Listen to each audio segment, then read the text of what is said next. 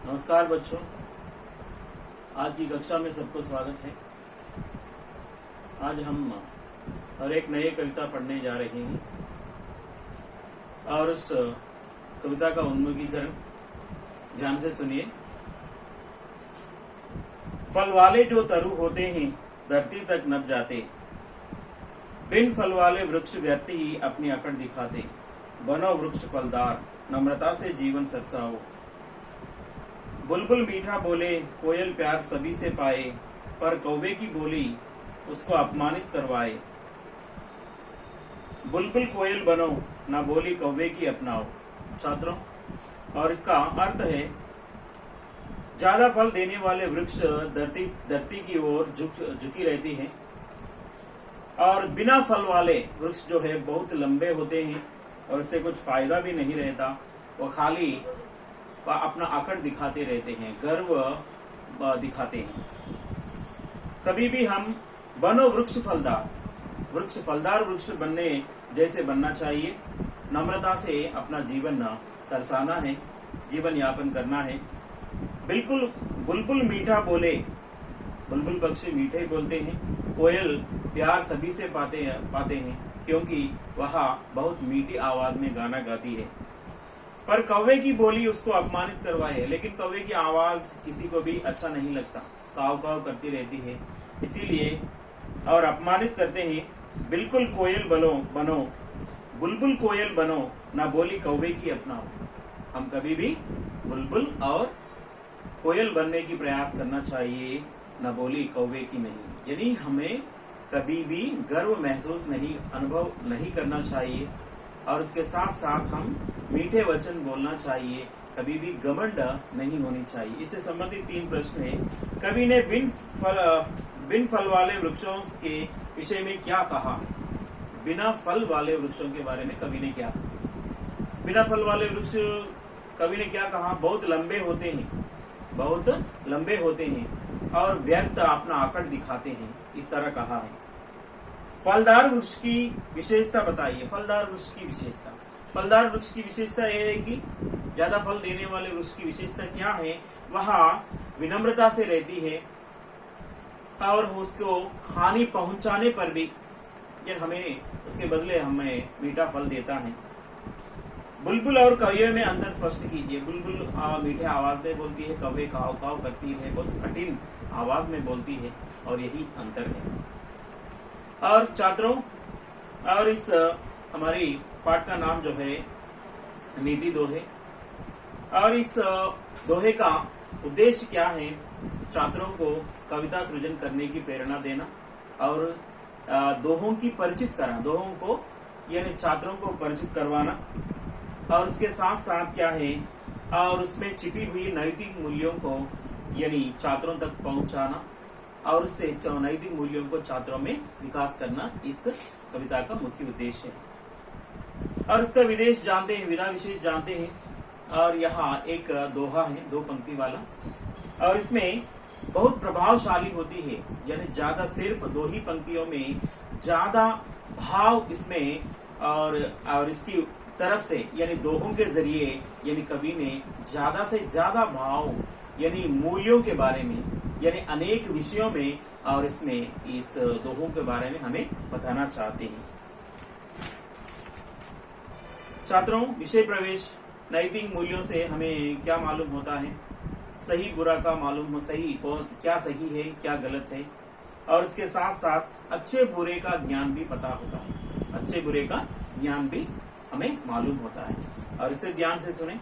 और इस दोहे का लेखक है खान अब्दुल रहीम, और इसका पूरा नाम है खान अब्दुल रहीम, और इसका जीवन काल 1556 से 1626 तक। इसका मतलब 1556 में इनका जन्म हुई और 1626 में इनकी देहांत हुई।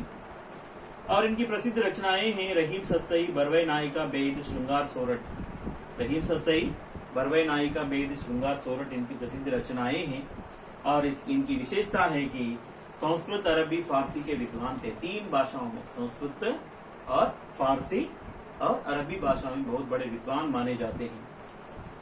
और एक खास बात है, अकबर के मित्र प्रधान सेनापति व मंत्री थे। अकबर के दरबार में अकबर के मित्र भी है इन्होंने, खान अब्दुल रहीम, और प्रधान सेनापति के रूप में भी काम किया और मंत्री भी, और उनके आस्थान में मंत्री भी थे। छात्रों, दोहों को ध्यान से सुनिए। कही रहीम संपत्ति सगे, बनत बहुत बहुरीत। कही रहीम संपत्ति सगे, बनत बहुत बहुरीत। विपत्ति कसौटी जे कसे, तेई सांचे मीत। रहीमन तेई सांचे मीत। रहीमन पानी राखिए, बिन पानी सब सून। रहीमन पानी राखिए, बिन पानी सब सून। पानी गए न उबरए, मोती मानुष चून। रहीमन मोती मानुष चून। छात्रों, और ये है दोहे, रहीम के दो दोहे, और इसका भाव जो है, रहीम कहता है कि, रहीम क्या कहता है पहले दोहे में, जब आदमी धनवान बनता है तो वह बहुत खुश होता है और उसका परिवार भी और खुश होता है और सुख से जीवन यापन करते हैं। और दूर दूर से यानी ज्यादा से ज्यादा लोग मित्र आकर उनसे नाता जोड़ते हैं, मित्र बनते हैं और रिश्ता मिलाने की कोई प्रयास करते हैं। यानी दूर दूर में रहने वाले सगे संबंधी बंधु मित्र भी आकर उनके साथ क्या करते हैं, यानी नाता यानी संबंध जोड़ने का प्रयास करते हैं। जब कभी कभी यानी हालत बदल जाता है, जब वह आदमी निर्धन बनता है, तब क्या हो जाता है, उनके पास धन दौलत कुछ भी नहीं रहता। वह तब तक उनके साथ रहने वाले, नाता जोड़ने वाले बंधु मित्र सब लोग एक एक करके दूर दूर चले जाते हैं। इसका मतलब यह है कि जब इनको संकट में यानी विपत्ति में यानी उनके कष्ट के समय में उनके पास धन न रहने की वजह से लोग दूर दूर चले जाते हैं। और इससे क्या होता है, यानी लोग भी दूर हो जाते हैं। यानी इससे यह पता चलता है, रहीम का कहना है कि विपत्तियों से, कष्टों से हमें यह पता चलता है कि हमेशा कष्टों में भी उनके साथ जो आदमी खड़ा रहता है, जो लोग खड़े रहते हैं, और वही सच्चा मित्र कहलाते हैं। छात्रों, इसका अर्थ तेलुगु में यह है कि ఒక వ్యక్తి ధనవంతుడైనప్పుడు అతనితో సంబంధం కలుపుకోవడం కోసం, మిత్రులు గాని స్నేహితులు కావడం కోసం, కలుపుకోవడం కోసం దూరం నుంచి చాలా మంది వచ్చి సంబంధాలు కలుపుతూ ఉంటారు, ప్రేమగా మాట్లాడుతూ ఉంటారు. సో దానివల్ల ఏమవుతుంది, అతని యొక్క బంధుగణం అనేది, తన యొక్క పరివారం అనేది కొంచెం పెరిగినట్టే కనిపిస్తుంది. ఒకవేళ అకస్మాత్తుగా దురదృష్టవశాత్తు అతని యొక్క ధనం పూర్తిగా ఏదో ఒక వ్యాపారంలోనూ ఏదో నష్టపోయింది అని అనుకోండి, అతడు పేదవాడిగా మారిపోయాడు అనుకోండి, కష్టకాలంలో ఉన్నాడు అనుకోండి, అప్పుడు ఒక్కొక్కరు ఏమవుతారంటే నెమ్మదిగా దూరం కావడం ప్రారంభమవుతుంది. అంటే ఎవరైతే ఆ సమయంలో కూడా తన వెంట ఉండి తనను ఓదార్చడానికి, ధైర్యం చెప్పడానికి ప్రయత్నం చేస్తారో అతనే నిజమైనటువంటి స్నేహితుడు అని దీని యొక్క భావం. और दूसरा दोहे में रहीम कहता है कि रहीम जल को इस कविता में 3 अर्थों में प्रयोग किया है। यानी जल के बिना मनुष्य, मोती, चूना निरुपयोग होते हैं। जल के बिना मनुष्य, मोती और क्या है, चूना निरुपयोग है। क्योंकि मनुष्य, 3 अर्थ ये है कि जल का 3 अर्थों में प्रयोग किया है रही में।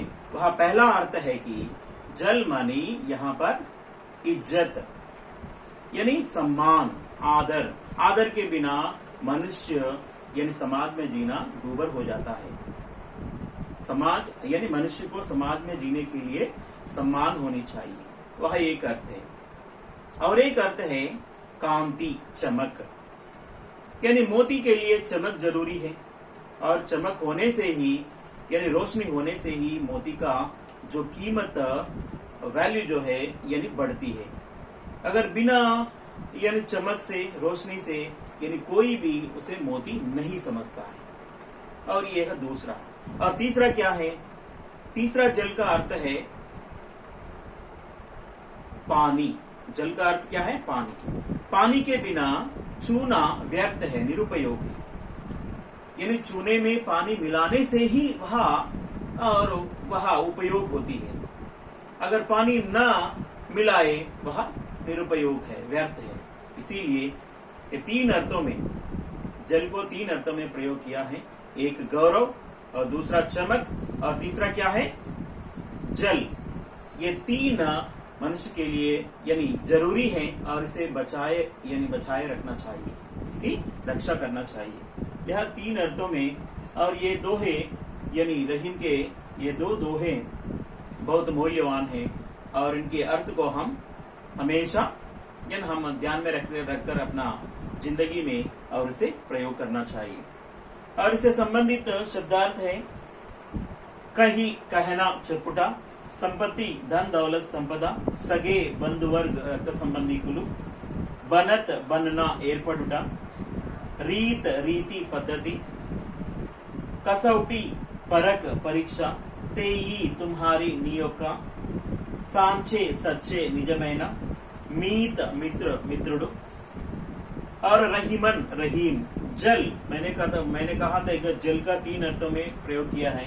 एक क्या है? पानी, जल, नीरु, और दूसरा पानी, इज्जत, गौरव, और तीसरी और पानी, उजाला, कांति, प्रकाशम, ऊबरई, उद्धार, उन्नति, बिनु, बिना, लेकुंडा, सून, व्यर्थ, शून्यम, मोती, मुक्ता, मुत्यमु, मानुष, आदमी, मनीषी, चून, चूना, सुन्नम। छात्रों, ये है यानी नीति दोहे, रहीम के दो दोहे। छात्रों, और एक सुझाव है, कोरोना महामारी के बारे में आप घर से यानी बाहर ना निकले, इधर उधर ना घूमें, और घर में ही रहें, स्वस्थ रहें, सुरक्षित रहें। और एक खास बात, बार बार यानी 30 से 40 सेकंड तक हाथ धोने की यानी कोशिश करें, और स्वस्थ रहें, सुरक्षित रहें। धन्यवाद।